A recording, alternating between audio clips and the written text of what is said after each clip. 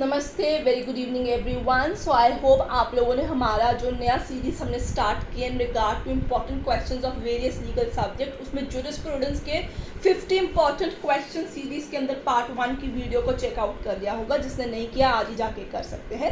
So student, today we are going to discuss the rest of the important question in regard to the jurisprudence. So jurisprudence subject part 1 of any legal government competitive exams का एक बहुत ही essential element है। तो उसके regarding हम कुछ simple question, fill-ups, matchups, ऐसे reason अजर्शन जैसे और सिंपल स्टेटमेंट क्वेश्चंस जो है अपनी वीडियो में डिस्कस कर रहे हैं। सो आई होप आप अंत तक इस वीडियो के साथ बने रहिएगा।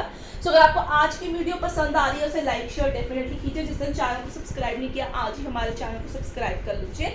इसी के साथ जूरिस्प्रूडेंस और कॉन्स्टिट्यूशन ऑफ इंडिया के ऊपर हमारी प्लेलिस्ट हमारे चैनल जीके लॉ क्लासेस पे ऑलरेडी अवेलेबल है, आप उसे जाके चेकआउट कर सकते हैं।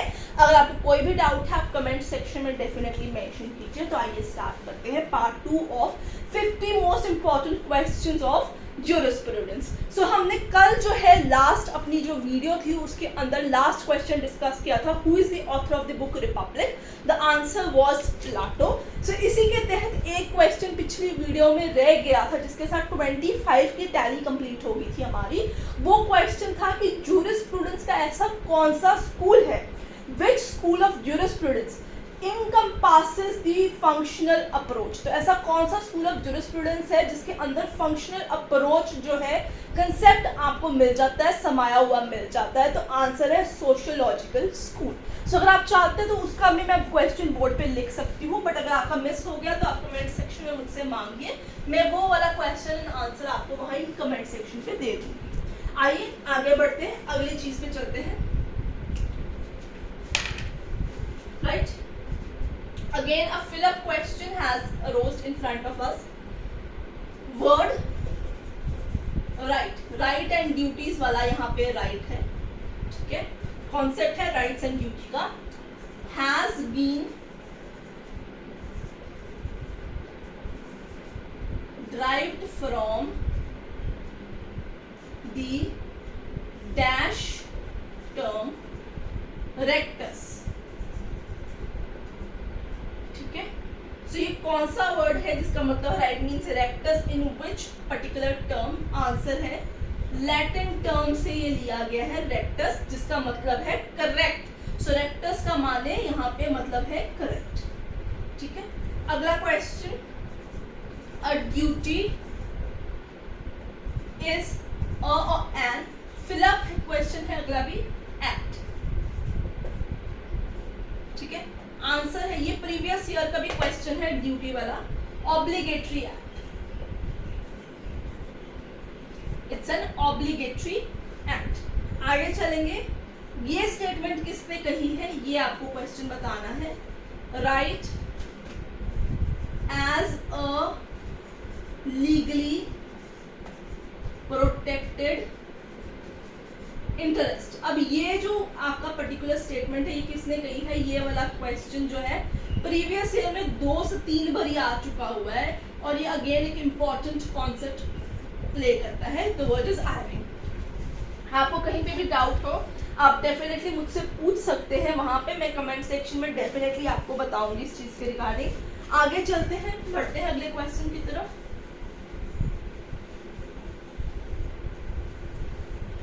राइट, सो अगला क्वेश्चन है, who categorized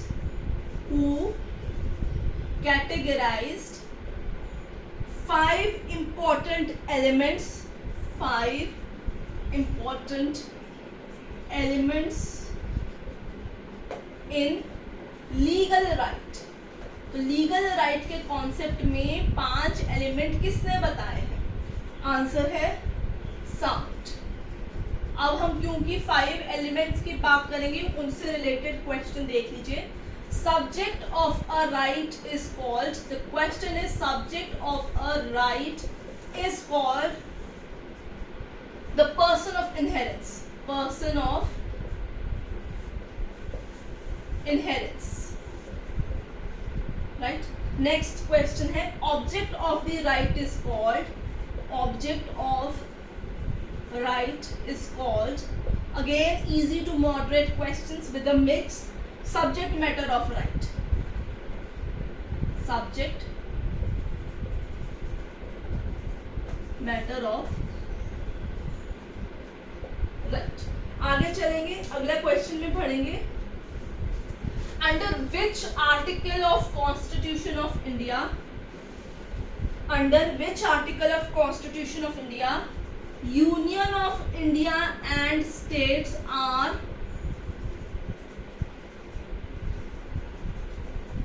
recognized as corporate entities। कौन से आर्टिकल, संविधान के आर्टिकल के तहत स्टेट्स और यूनियन टेरिटरीज को कॉर्पोरेट एंटिटीज कहा जाता है? आंसर है article 300 of constitution of India. ठीक है, आगे चलेंगे, अगला क्वेश्चन फटाफट से आप इसे रजिस्टर में पेन डाउन कर लीजिए। ठीक है, अगला क्वेश्चन आता है, वो कहते हैं another name of symbolist theory. ये कॉर्पोरेट पर्सनालिटी का क्वेश्चन है। Other name of symbolist theory. ठीक है, ये भी बड़ा इंपॉर्टेंट क्वेश्चन है क्योंकि ये भी पूछा गया है प्रीवियस ईयर में। ठीक है, आंसर इज ब्रैकेट थ्योरी। और ये ब्रैकेट थ्योरी एयरिंग्स ने आपको दी है, ये कॉर्पोरेट पर्सनालिटी का क्वेश्चन है। ठीक है, अगर कुछ क्वेश्चंस ऊपर नीचे हो जाते हैं कि आपको लगता है कि 50 कंप्लीट नहीं हुए हैं, कुछ कम क्वेश्चंस है, आप मुझे कमेंट सेक्शन में बता सकते हैं, हम एक और जो है इसके ऊपर पार्ट ले आएंगे।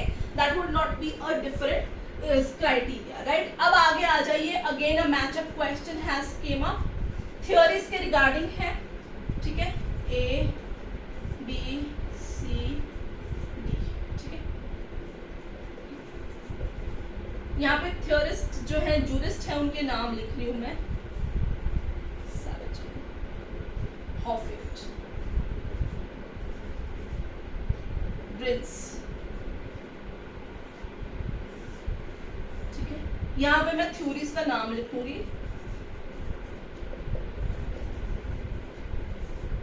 ठीक है, इसी तरीके से करेक्ट आंसर आप लोग तब तक सोचिए जब तक मैं लिख रही हूं, मैं आप लोगों को डेफिनेटली बताऊंगी कि करेक्ट आंसर कौन सा है। ठीक है, so A B C D. Answer की तरफ चलते हैं। सबसे पहले है 2, ए का आंसर है 2, 1, 4 और 3। सो ग का आंसर आपके पास रहेगा रियलिस्ट थ्योरी। सैवेजनी का आंसर आपने यहाँ पे फिक्शन थ्योरी दिया हुआ है। देन यू हैव हॉफील्ड, ब्रैकेट और ब्रिन्स पर्पस थ्योरी। कॉर्पोरेट पर्सनालिटी में से क्वेश्चन है, इसलिए आप यहाँ पे कंफ्यूज मत होइएगा कि मैंने सैवेजनी को फिक्शन थ्योरी पे क्यों मैच कराया है। ठीक है, स्टूपिड सीधी सा क्वेश्चन मत पूछेगा, ये कॉर्पोरेट पर्सनालिटी का क्वेश्चन है। ठीक है, reason and assertion. I hope आप इसे प्रॉपरली सॉल्व कर सकते हैं, आपको कोई डाउट नहीं है। स्टेटमेंट है, असर्ट किया गया है, लॉज आर वैलिड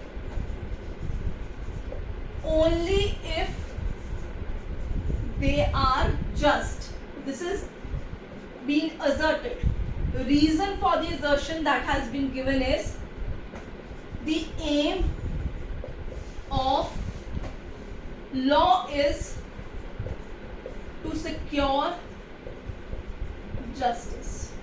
अब आपके पास 4 ऑप्शंस हमेशा होते हैं जिसमें उन लोगों ने आपके पास क्या लिखा होता है कि A and R is correct, R is the correct explanation of A and R both are correct, R is not a correct explanation of A is true, B is false, B is true, A is false। तो इसी को आपने अपने दिमाग में ध्यान में रखना है। और आंसर यहाँ पे ये है, जब आप फर्स्ट लाइन पढ़ते हैं laws are valid only if it is just, so correct answer यहाँ पे है कि assertion is a false statement and the reason, the aim of the law is to secure justice is a true statement। तो आपका option यहाँ पे बन जाएगा D, right.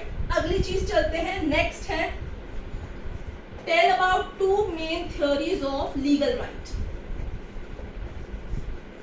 This is the question.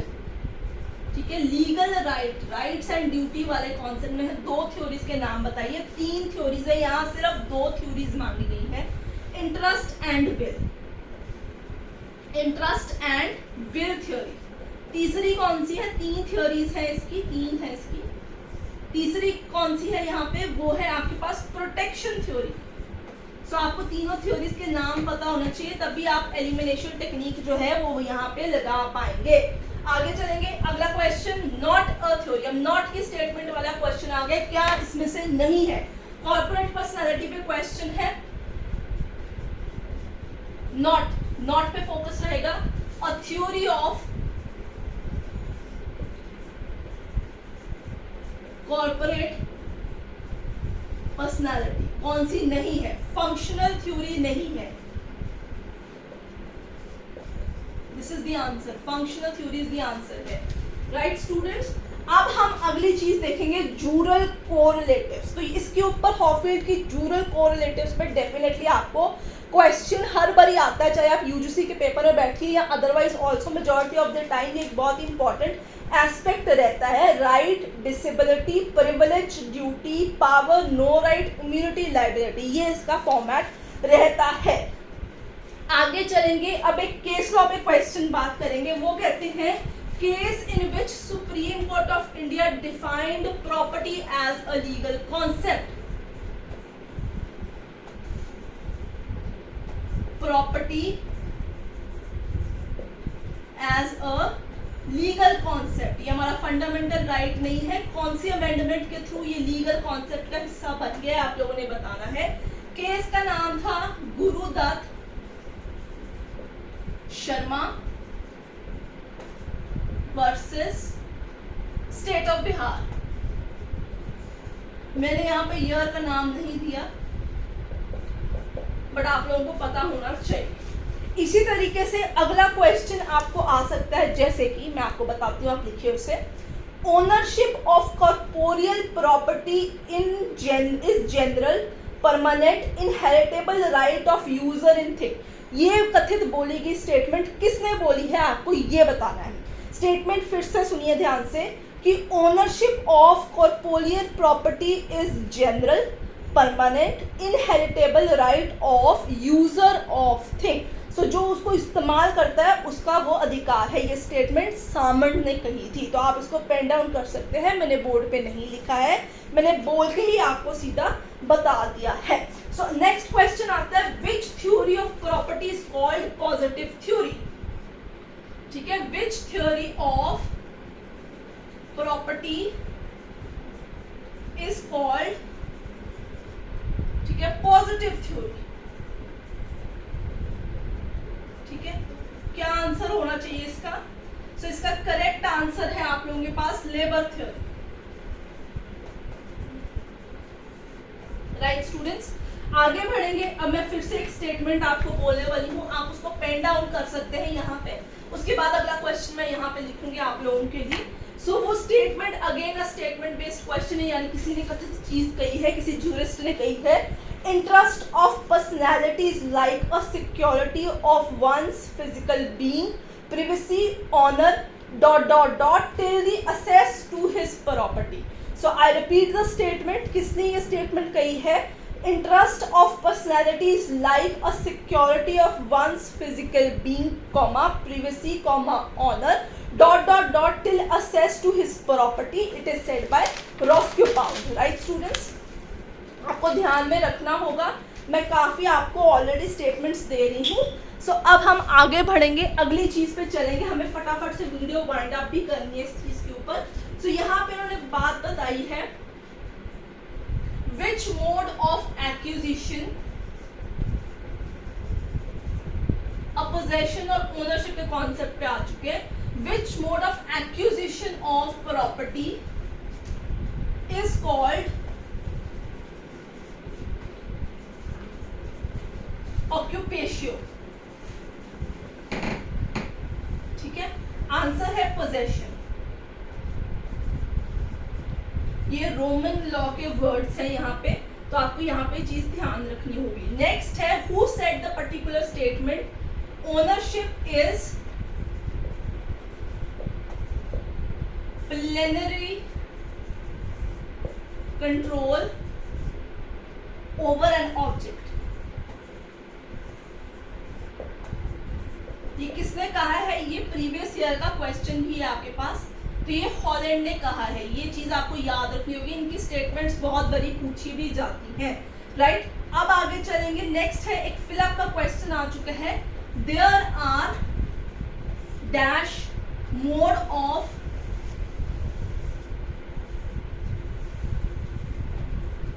Acquisition of ownership, कितने तरीके से आप ओनरशिप जो है अक्वायर कर सकते हैं? आंसर है 3। ठीक है, this is a fill up question. अगली स्टेटमेंट है, अगली स्टेटमेंट नहीं, rather सिंपल क्वेश्चन है कि पोजेशन थ्रू एन एजेंट और servant is an example of. So the possession that you take either by your servant or an agent is a classic example of mediate possession. The answer is mediate possession. आगे चलेंगे, अगला देखेंगे। अब है कौन सी statement correct है। Last question आ चुका हुआ है हमारी पार्ट 2 वीडियो का, जिसके साथ हम इंपॉर्टेंट क्वेश्चंस ऑफ ज्यूरिस्प्रूडेंस को बाइंड अप कर लेंगे। सो उन्होंने पूछा है which statement is correct, which statement is correct. मैं 2 स्टेटमेंट्स लिखूंगी, आपको बताना है। Person of inheritance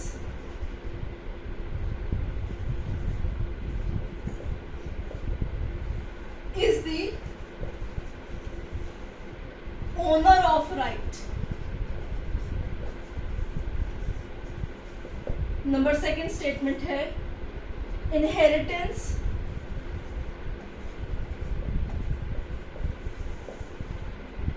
is a means to ownership, is a means to ownership. तो इन दोनों स्टेटमेंट को आप लिख लीजिए, इस पे थिंक अपॉन भी कर लीजिए। और उन्होंने पूछा है कौन सी स्टेटमेंट करेक्ट है, सही है। Answer is both the statements are correct. ठीक है,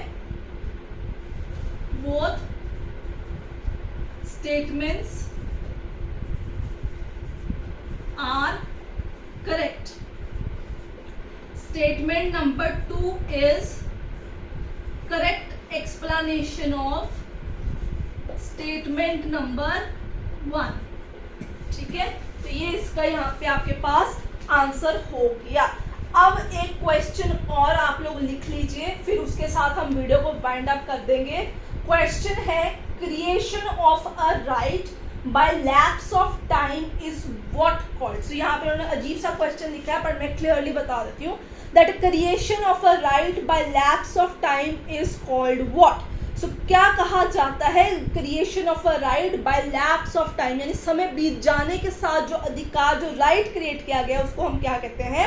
पॉजिटिव प्रिस्क्रिप्शन कहते हैं। The answer is positive prescription. So student, this is all about the 50 important questions in regard to your jurisprudence subject.